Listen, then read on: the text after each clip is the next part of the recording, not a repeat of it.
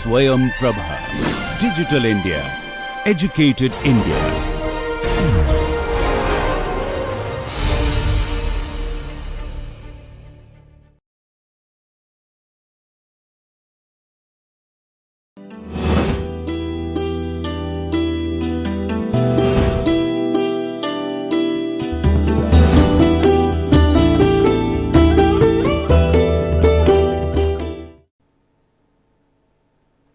Hello, welcome on board the course Elements of Literature and Creative Communication. It's a pleasure meeting all of you in this digital forum and especially this NPTEL online certification course. I am Komalesha. I teach in the Department of Humanities and Social Sciences, IIT Kanpur.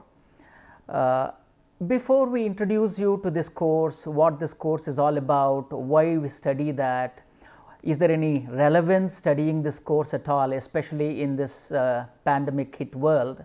I'd like to begin with a kind of a short story. This is more in line with the spirit of the course we are dealing with. Please remember, we are dealing with a course called literature, and literature is all about stories and life and things like that. So therefore, let me begin this with a story. This story, you may have heard the story in some form or the other, but for the sake of convenience, what we can call the story, the story of 17 cows and 3 brothers. Of course, ours is an agrarian society, all of us know that very well, so cows play a major role. That's the reason why we have also kept this as a kind of a story about cows and people. So there was a father, and all that he had as his property was 17 cows. So before dying, he kind of made a will, and he had 3 sons. So he distributed his property, when I say property, his 17 cows, in the following manner. He said that his first son would get half of the property. The second son would get 1/3 of the property, and the third one would get 1/9 of his property. Well, in due course of time, the father died, and now when the children came across this will, they were absolutely puzzled. They didn't know what to do, because how do you divide 17 cows into half, into 1/6, into 1/3, or whatever it is? How do you do that? They didn't know, they were at a loss for a while. Then as a kind of a final resort, they went to a friend of his father, and that friend happened to be a wise man. So after a pause, he said, "Don't worry, I was very close to your father, so you're also like my children to me. So what I'll do, for the sake of your convenience, I have a cow of my own, I'm going to add it to your cows. Now the total tally of your cows is it's 18 cows, right? Now you make the calculation. So when 18 cows are there, half of the 18 cows is what? 9, okay? The first son is very happy because he gets to have 9 cows, so he takes 9 cows and leaves. Then he asks the second son, "Well, what's your share?" He says, "Mine is 1/3. Okay, what is 1/3 of 18? It's 6 cows. He says, "Okay, take your 6 cows and leave." The second son is also very happy. He takes his share and leaves. And the final son and the last son, so he says, "My share is, let's say, 1/9 of the property, which means 2 cows. So he takes his 2 cows and leaves."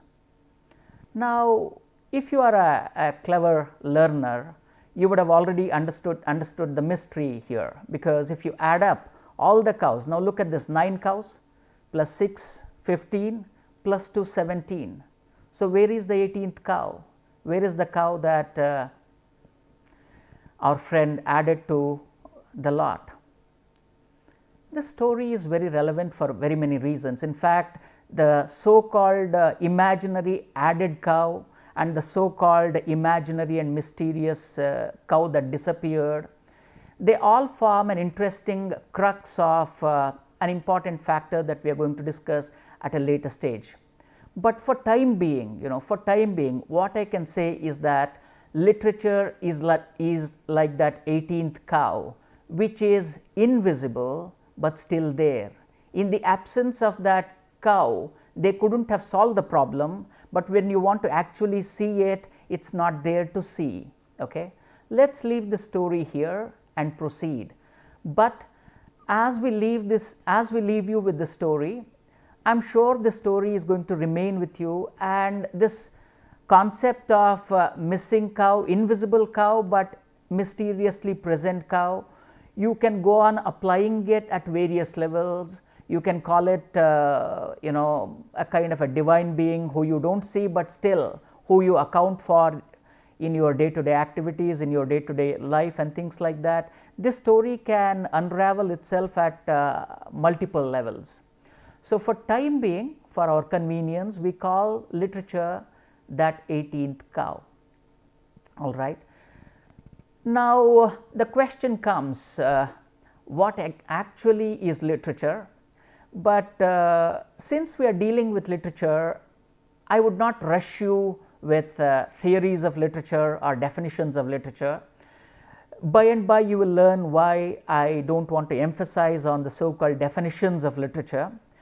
So, before I bore you or I take you on a ride with the definitions and theories of literature, I want to take you on a date with imagination. I am sure you have had some interesting dates in your life so far.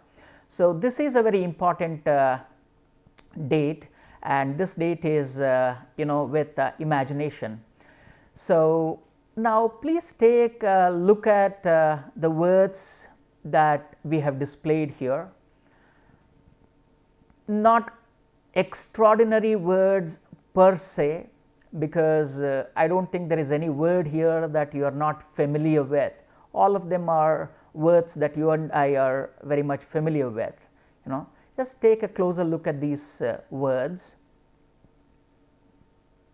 life, hold, fly, fast, bird, die, break, dream, wings, can, can't, and then you have in, on, to, and that you can add one or two words here and there.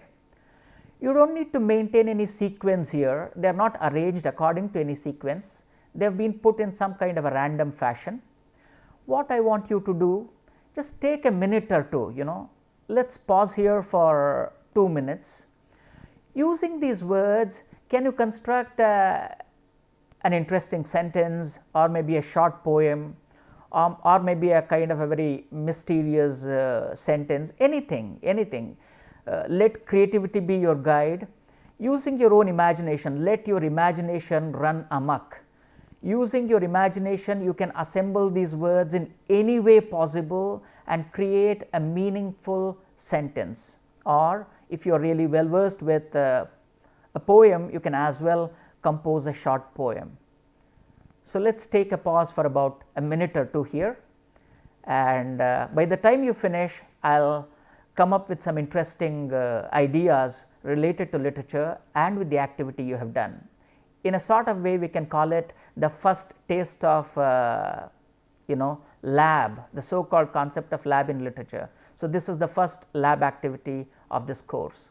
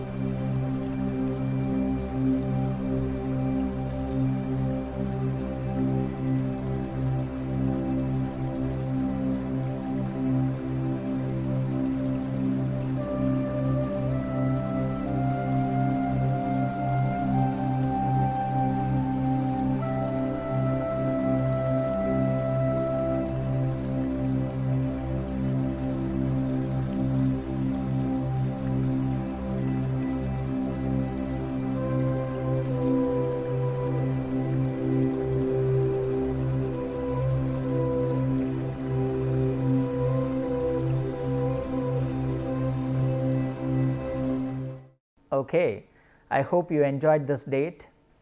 As I said in the beginning, your creativity should guide you to, compose whatever you could compose. So, before I ask you what your version was, or you could even post it later, we have an online forum, we could discuss. I am going later, maybe towards the end of this lecture, I am going to share that forum with you.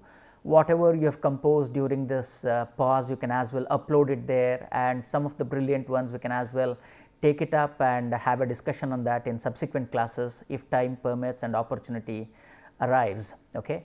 In the meanwhile, when I gave this activity to a couple of learners like you and me, this is what they came up with. Now, look at the diversity of expressions. What I have done here is I have given you a limited set of words. I have given you a limited set of words, not more than, let us say, 20 words. So, using these 20 words, look how diverse and how rich one can go. Here are some sample compositions using this particular set of words.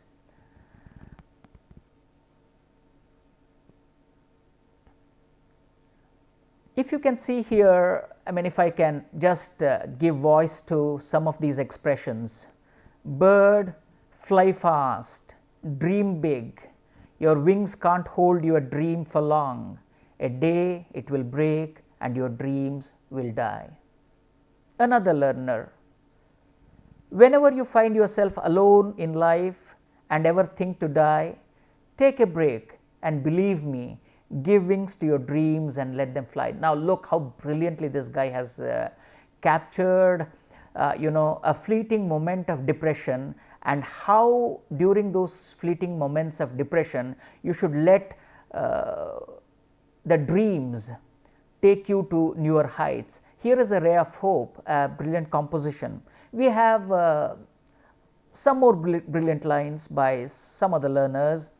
Life can't fly without dream, just like a bird without wing. Beautiful, a beautiful comparison of life with bird.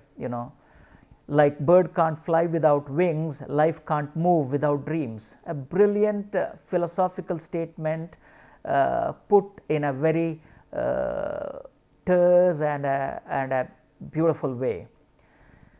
Broken wings can't break me down. So, here is a kind of an indefatigable kind of spirit, nobody can break you down as long as you have wings to take you to new heights. Nobody can break you down, something like that, a kind of a ray of spirit, a ray of indomitable spirit that can never be put down. Now, as I said, the meaning in all these compositions, it varies. Look at the diversity of expressions, look at the diversity of meanings. Whereas what was limited was set of words. Using that limited set of words, look how creative one can go. Isn't this the beauty of literature?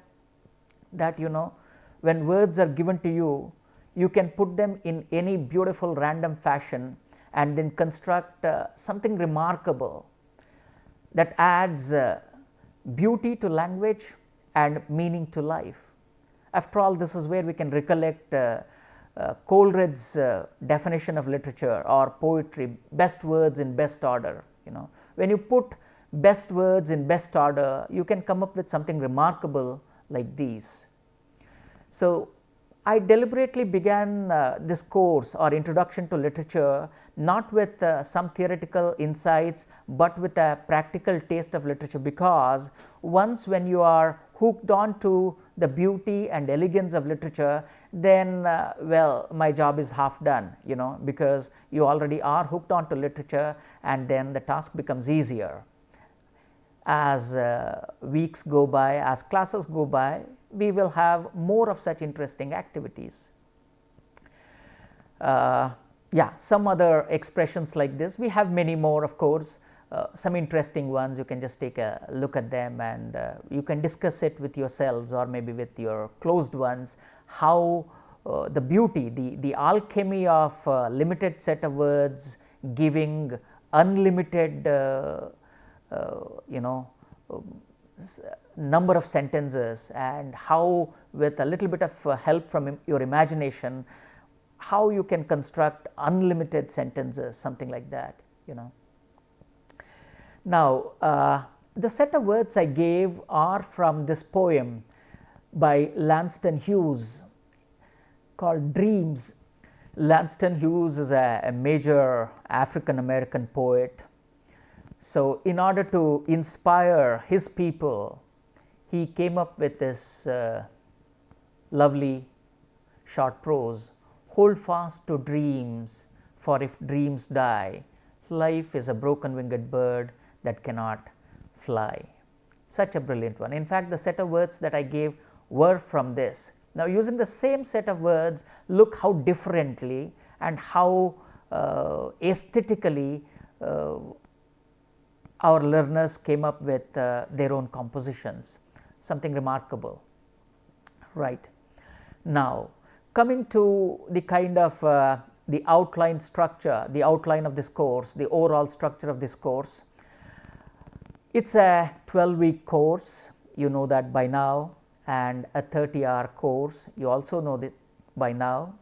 So, every day we have a short lecture of about 30 minutes, a couple of minutes here and there. So, that is the duration of the course.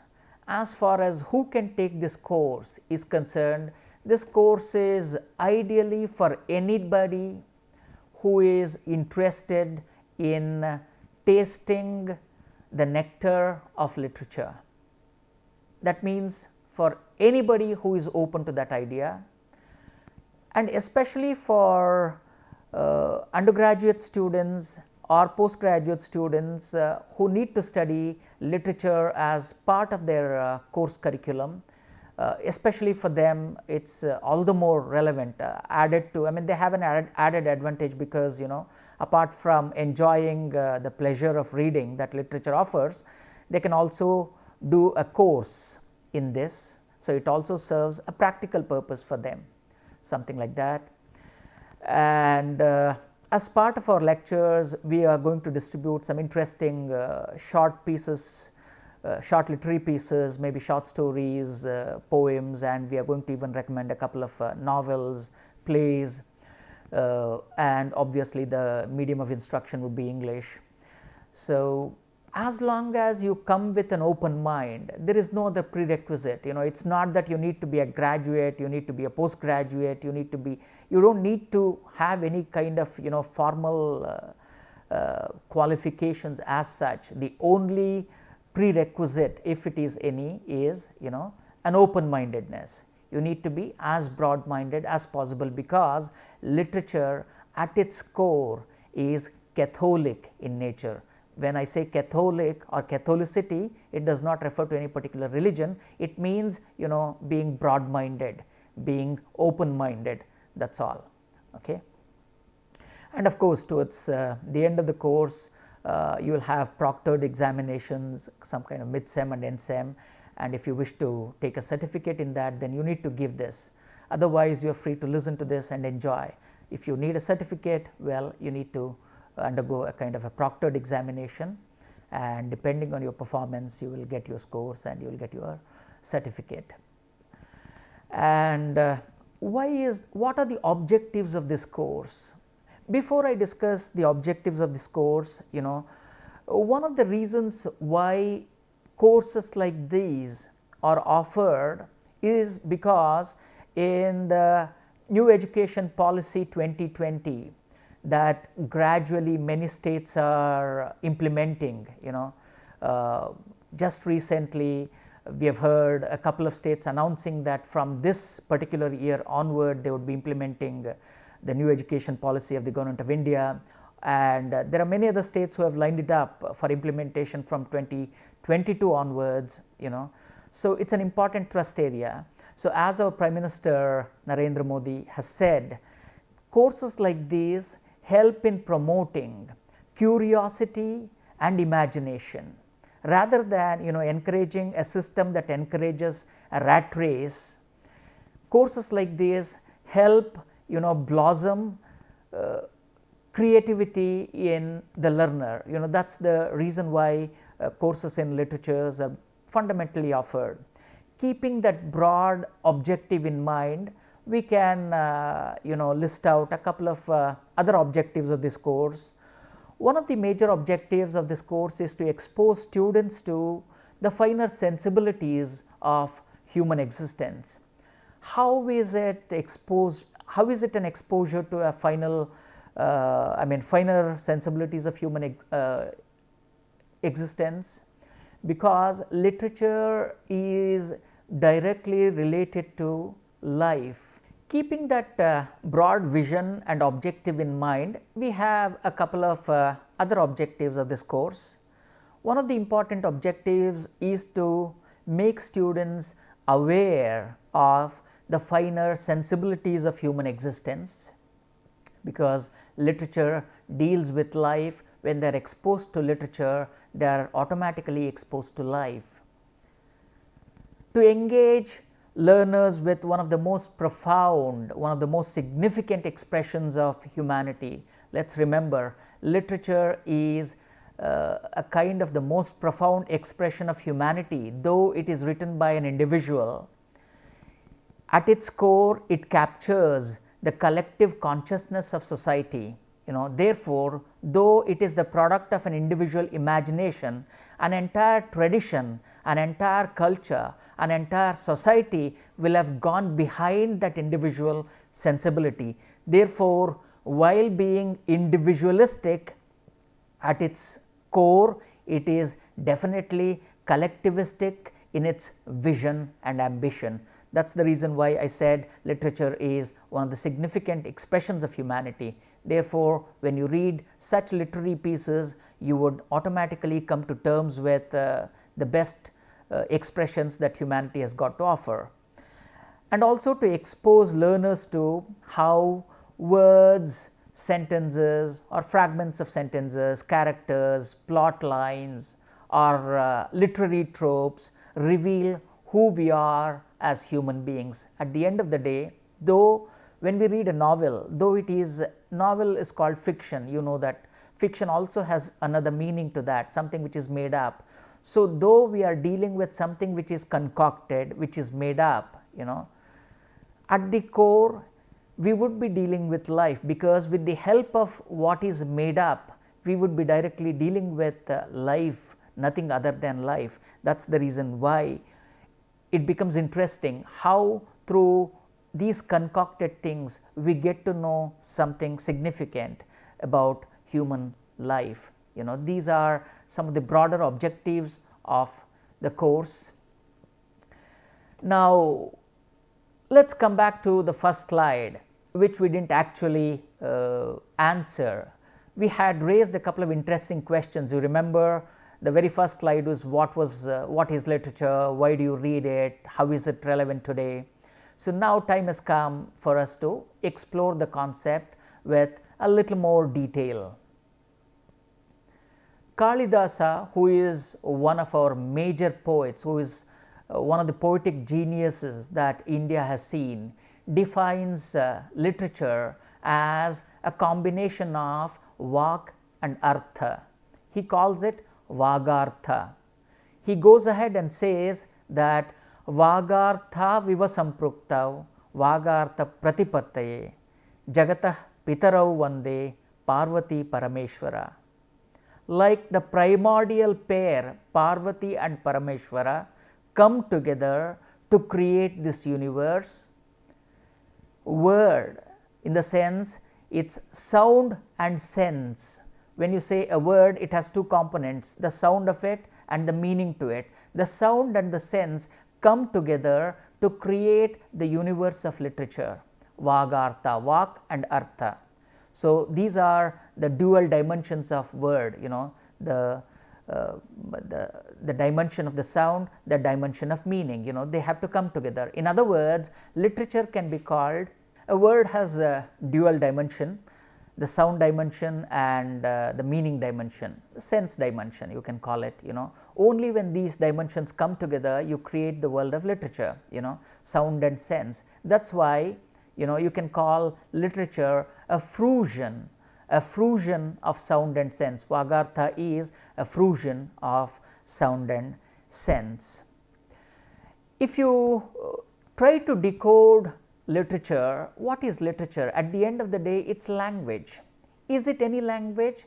No, not really. It is a kind of a language, or you can call it, if you want to explain literature using the metaphor of, literature is also language, but not like any other language that you and I use. Probably it's in a different state, it's a kind of a state of language in which it is highly active. That is why you have a definition of literature where you can call it a dynamic state of language, in which language is very volatile, vibrant, and simultaneously moltenly alive. It's something like that.